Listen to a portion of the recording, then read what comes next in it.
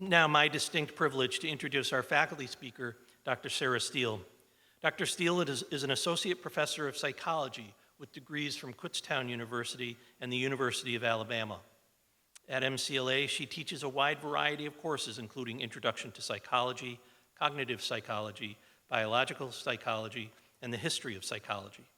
Her research interests involve the interaction between human behavior and technology, which she explores in her Influence of Social Media 500 level class. Please welcome Dr. Sarah Steele.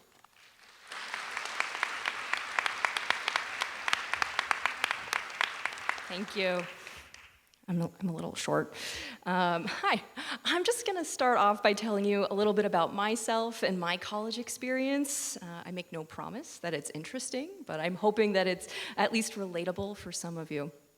I'm from a town where people don't leave, like ever. Families just stay there, decade after decade. I'm a first-generation college student from a blue-collar family, and I had zero clue how college worked. But I applied and got in anyway. My first few days on campus were just really awkward. Forced to share fun facts with strangers until I ran out of facts. That whole college feels like home thing that they advertise on the website, I wasn't feeling it. And when I think back to my own convocation, the only thing running through my mind was, how long is this gonna take? It was a bunch of speeches from upper-class students saying how much they loved their college experience. I wasn't feeling inspired. I was feeling super overwhelmed at what I just signed myself up for. People where I'm from don't do things like this. I went home every weekend to see my dog, eat my mom's cooking, and just sleep in my own room. It took about a month before the constant panic started to fade. I really enjoyed most of my courses except statistics. I was completely lost in the material, and to be honest, I was terrified of my professor. He wore fancy tweed jackets and would go on and on about his vacations to Europe. People where I'm from don't vacation in Europe.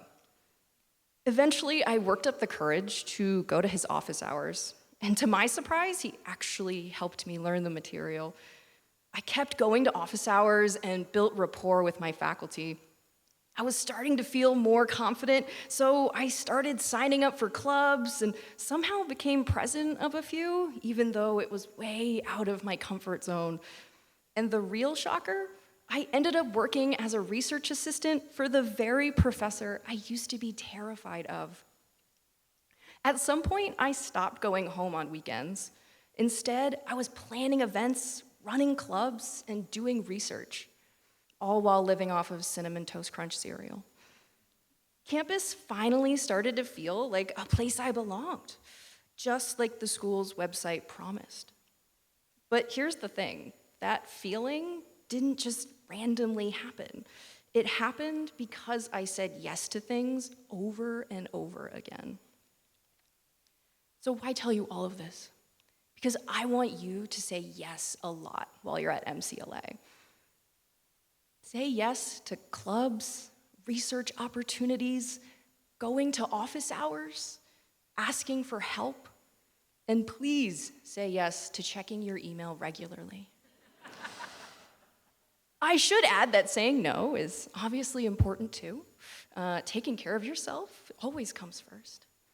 Now, I know I come from some privilege. I'm a white woman who grew up with 2 caring parents, so that meant I could say yes with little risk. I know that's not true for everyone here. Life might have said no for you on some occasions, simply because of your racial, ethnic, or gender identity, or because of mental or physical challenges. You might even feel like you don't deserve to say yes. And if that's your story, I want you to hear this. You deserve good things, you deserve opportunities, and you deserve to make the most of your education here. So yeah, the message is simple. Say yes. I know, not super mind-blowing, but in a time when you're feeling overwhelmed, sometimes we need to be reminded of the obvious. I hope you say yes to lots of things at MCLA, because it's those yeses that will make campus feel like a home away from home, like the place you don't want to leave when you graduate, a place where you feel like you belong. Thank you for listening, and congrats on becoming trailblazers.